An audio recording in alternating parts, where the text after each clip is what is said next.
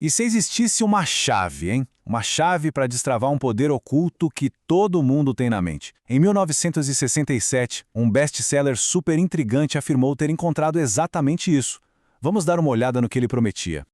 Bom, esse livro, do Walter M. Germain, ele surgiu numa época em que muita gente estava nessa busca por autoaperfeiçoamento, sabe? E a capa já entrega tudo, não deixa nenhuma dúvida sobre a promessa dele. Ao abrir o livro, a pessoa estaria literalmente segurando a chave para reconstruir a própria vida. Uma ambição e tanto, né?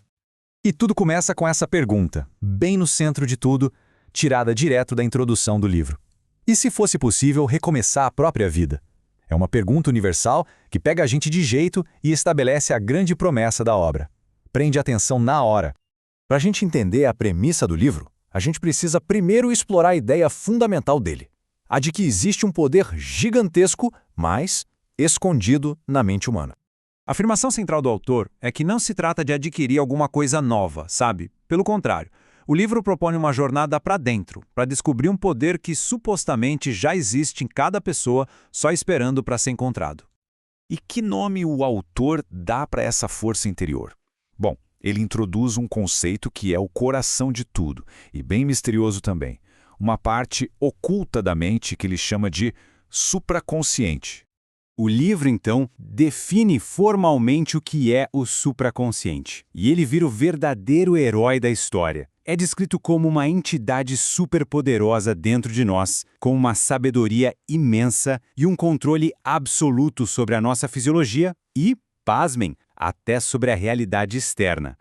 E aqui o autor faz uma diferenciação que é crucial entre a mente consciente, essa que a gente usa no dia a dia, e a supraconsciente.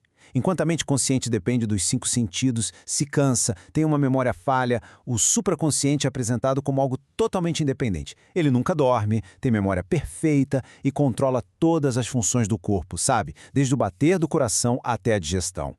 O autor vai além e estabelece o que ele chama de as 7 proposições. Elas funcionam como se fossem as leis fundamentais desse poder. Elas explicam como ele é influenciado pela sugestão, seu tipo de raciocínio, sua memória infalível, o controle total sobre o corpo e até uma capacidade de comunicação e intuição que não depende dos 5 sentidos. Mas de onde será que veio essa ideia toda? A seguir a gente vai ver como o livro busca no passado, em histórias e estudos de caso, as provas que o autor usa para sustentar a teoria dele. O caso de Edgar Cayce, por exemplo, é apresentado como uma das principais evidências. Cayce, segundo o livro, conseguia entrar em transe e diagnosticar doenças com uma precisão impressionante, sem ter nenhuma formação médica. Para o autor, isso era uma prova clara de uma mente acessando um conhecimento que vai muito além da aprendizagem consciente. A análise volta no tempo lá para o século XVIII para falar de Franz Mesmer e a teoria dele do magnetismo animal. Embora essa teoria tenha sido desacreditada na época, o livro dá uma nova interpretação. Ele a enxerga como uma das primeiras tentativas de manipular essa força mental para a cura, como se fossem descobertas iniciais desse poder. E essa citação do livro ilustra muito bem o argumento do autor. Ele sugere que muitos gênios criativos, como o escritor Robert Louis Stevenson, que teria sonhado com a trama inteira de O Médico e o Monstro, estariam, talvez sem saber, acessando o seu supraconsciente. Ok, então existe esse poder imenso, mas a pergunta que fica é: como acessar isso? O livro oferece uma ferramenta principal, uma única, para conseguir direcionar toda essa força. E essa ferramenta é a sugestão.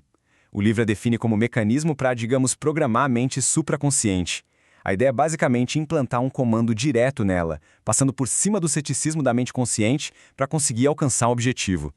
A importância da sugestão é tão grande que o capítulo 3 é inteirinho dedicado a ela.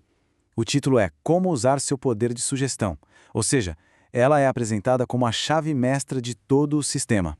E como isso funcionaria na prática? Bem, segundo o autor, através de sugestões bem focadas e repetidas, uma pessoa poderia comandar seu supraconsciente para curar doenças, encontrar soluções para problemas super complexos ou até mesmo atrair riqueza e sucesso.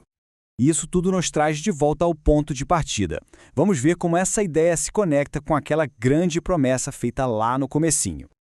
Essa citação resume a mensagem final do livro de uma forma brilhante.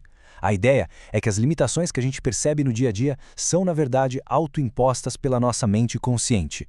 O supraconsciente, por outro lado, ele é apresentado como essa força de potencial ilimitado.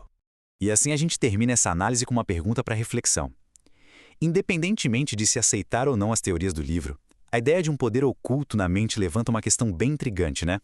Que potencial dentro de nós talvez estejamos deixando de lado, inexplorado?